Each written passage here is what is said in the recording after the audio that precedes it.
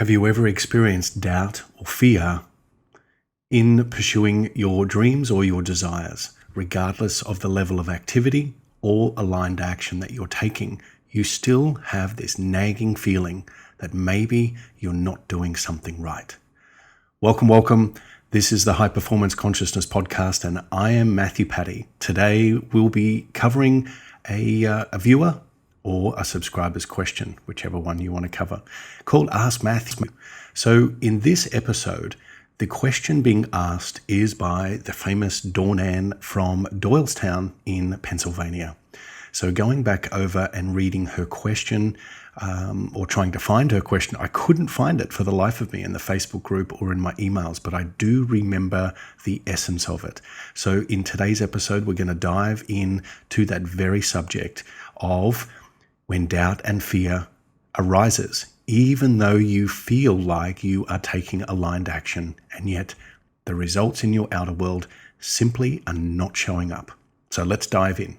So after posting in my Facebook group about the Ask Matthew episode and this series that I'm putting together to give all the listeners and anyone the opportunity to have their burning questions answered by me on this podcast. So when I posted it, there were a couple of responses, and one in particular stood out, and it's from the famous Dawn Ann from Doylestown in Pennsylvania. So Dawn Ann has been an avid follower and a student of mine in previous masterminds, and has done incredibly well in training her mind and her focus on her ability to manifest everything that she wants in her life. And yet, like many of us, is plagued by that doubt and fear that maybe I'm on the wrong track because I don't yet see the results of my efforts showing up as evidence or facts in the outer world. So therefore, the little doubt and fear inside of me asks the question, maybe I'm doing something wrong. So in this episode of Ask Matthew, I'm going to dive into why this occurs and what you can do about it to help you bend reality and really put some very simple strategies into place that will safeguard you from the nagging feelings of doubt and fear, and also the debilitating manifesting that occurs when you engage doubt and fear as a tool or recipe for creating your desires. So let's dive in on this. Generally speaking, when we put something out into the world, we've got an idea, we've got an impulse, we've got an urge, we've got an inspiration, we've got motivation behind it and will to move forward on an idea. And in Dawn Ann's case, she's an incredible healer and very gifted soul. And going back a couple of years, I forget what her little hobby was, but essentially I think it's called the Rock Fairy, which is just genius. So she used to write fantastic little statements, whether it's, you are loved, or great to see you, or you're looking beautiful today, or whatever it may be. And she used to paint them on rocks and leave them around the town for people to find. Absolute genius. It just goes to show the depth of her heart. So taking that a step further is, I'm doing Reiki, or I'm doing some sort of healing, and I'm wanting to offer these energy sessions to other people. And in her language, as I believe that she used it, was that I don't care if I get paid for it. I would like to be paid for it and to receive an exchange of value. However, I don't care if I get paid for it. Just note that. I do want to help people. And yet, when I put myself out there, I don't seem to get a response. It's like no one in town or in my city is interested. They're not of the same mindset. They're backward, or they're trapped in their own heads, or whatever it may be. So right there, we're making a judgment. And so this is commonplace. So Dawn Ann, you have asked an incredible question and set an incredible framework to dive in on this one, because it does not matter whether you're running your own business, your own family, your own bank accounts, your own career, your own health, whatever it may be. That when there is competition between your conscious mind and your subconscious mind, when there is competition, there is disorder.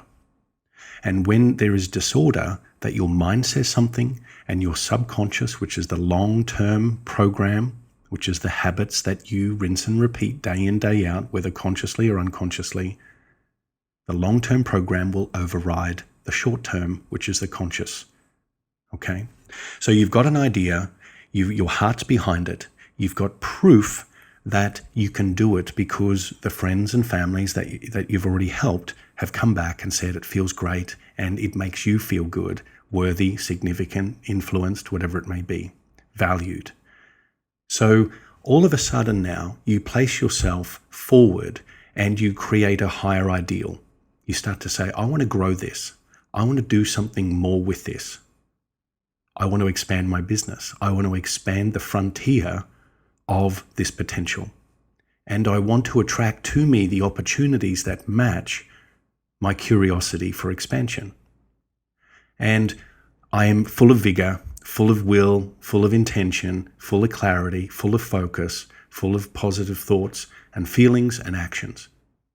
And little by little, day over day, week over week, they begin to be undermined by this long-term program, which is, it's not working because I don't yet see evidence or the fruits of my labor appearing in my outside world. So this is critical, a critical point. Like I said, it doesn't matter where in your life you have applied attention and focus and effort, that when we are met with a delay, time lags between what you intend and what you experience or therefore see in the outside world. That is the perfect recipe, the perfect storm for any doubt that may exist, any fear that may exist, whether it's of self-worth, unworthiness, whether it's of, whether you're good enough, smart enough, whatever it's going to be. Any of those doubts or beliefs that exist within the subconscious, that is the bedrock. I want to do some cooking, is the bedrock upon which your desires are formed. Okay, it's the garden. Your subconscious is the garden. It is fertile. It is always fertile. The conscious mind creates the seeds of ideas. The conscious mind plants the seeds of your ideas in the fertile soil of your subconscious mind. The subconscious mind is your long-term program. The subconscious mind responds to habitual, routine, focus, and attention. So if you have tried things in the past and given up, it's not you that's giving up. It's the program in your subconscious mind that believes you need to give up in order to do something different or in order to be gratified or experience achievement at some level. So you tend to take a detour and you go off your path because you're looking for evidence outside of you, which is the first mistake, that what you want exists. And as I said in previous episodes, your eyeballs do not see, your brain sees. Okay? And so to encourage you to see your vision through the feelings of your body as the confirmation of your desires fulfilled. That means that instead of looking outside of you for evidence that your desires are fulfilled and that your ideas have potential, look inside of you through the practice of meditation, through the practice of visualization, and hold true to that, which means that until you see evidence of it appearing outside of you, a confirmation in a delayed, time-lagged scenario outside of you, you persist in your vision, in your envisioning, in your enrollment of yourself in that new reality, that preferred reality. You persist until. That's as simple as it is. And so you may have heard, the statement, motto, or not really a motto. It's, that which is in a man's heart when he is sober is on his lips when he is drunk. Man or woman, doesn't really matter. So that which is in my heart is in my subconscious.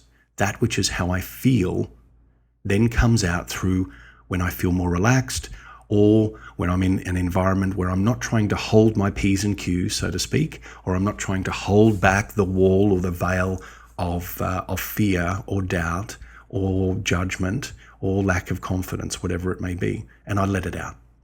So one of the best ways to bring things to the surface and to see how you really feel about the beliefs within belief what is possible, or what you believe to be possible for yourself, is to have a conversation about your desires with a trusted peer or friend or family member, and to really open up and actually say what you really feel about it.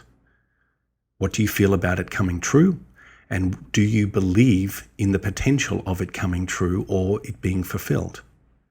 And so there will be a percentage of people and a percentage of time that people will actually express in a trusted environment that actually, I'm starting to lose faith. I'm starting to wax and wane in my commitment to the vision. And the words spoken or written are the perfect example of what is embedded in our subconscious, because we can tell ourselves we believe something, and yet we fail to persist in rolling our body as the subconscious mind through the mechanism or the instrument of feeling. We fail to enroll ourselves in the desired end, or the fulfillment of that desired end sufficiently so that it does yield, so that the seeds of the conscious mind planted into the fertile soil of the subconscious mind bear fruit in the outside world. That's as simple as it is. So if you have a vision, you have an idea, and you are taking aligned action towards fulfilling that in the world, and you are holding a crystal clear image and rehearsing that image, the fulfillment of that idea, the outcome, the desired outcome that you want, you are rehearsing and rehearsing and rehearsing and rehearsing that in your mind, morning, noon, and night. 5 minutes, 10 minutes, 30 minutes. Time becomes irrelevant, because as you enroll yourself in the subconscious, as you enroll the subconscious in this idea, you in effect are transmuting. You're going beyond space and time. Okay, so your body then becomes upgraded to a new vision, a new reality, and the confirmation of the reality or the desire fulfilled is in the certainty and faith contained within the cells of your being. They're contained within you. And I've heard many, many, many times that people have arrived at that 11th hour and they've said, I went through self-doubt and fear and overwhelm and self-judgment and criticism, whatever it may be, but I held my faith, I held my conviction, I persisted until, in spite of the nagging thoughts or feelings. And in doing so, at the 11th hour, that which I desired to be fulfilled was. So you may have examples of that yourself, but you just haven't transferred them into the reality or into the scenario or the situation that you're looking at right now. So we can borrow success from other aspects of our life. We can say, what was really easy in that process for me? It was being creative, or it was applying myself diligently, or I was so possessed by the idea, by the business, by the focus, by the whole action of unleashing ideas and moving myself into the world, that I forgot about my past, and I forgot about the fact that the outside world was yet to reflect back to me evidence of my desires being fulfilled. I was engrossed and totally embodied, consumed, possessed by this idea, this concept, this creative movement of energy within the body. And so when you can say that that has occurred, you can borrow the methodology of other areas of your life where you felt it was easier to get what you want, to fulfill your desires. And you can move them into the opportunity that exists right now, which is your new idea or the situation or circumstance that you find yourself in. So going back, remember that we do not want to operate from chaos. Chaos is where the mind is thinking one thing, planting the seed of certainty into the fertile soil of the subconscious. And yet, because I have not continued to water the seed within the subconscious mind through rehearsal and visualization and role play, what manifests is a disordered result. So it means that I get a little bit of what I want, but it's not really what I want. Or I get nothing of what I want and become frustrated and think that I'm doing something wrong. You're not doing anything wrong. You're actually, the opportunity here or invitation is to move your attention to align the seed and the soil and to water them both equally. The conscious mind and the subconscious mind, and to water them equally.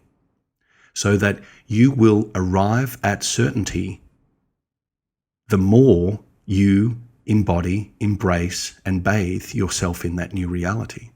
So going back to Dawn Ann's question and scenario, if you want to do healing in the city and you are not yet seeing evidence or the fruits of your labor of people coming forward, and you don't mind whether you get paid or don't get paid, then there's a whole bit of cleanup to do right here.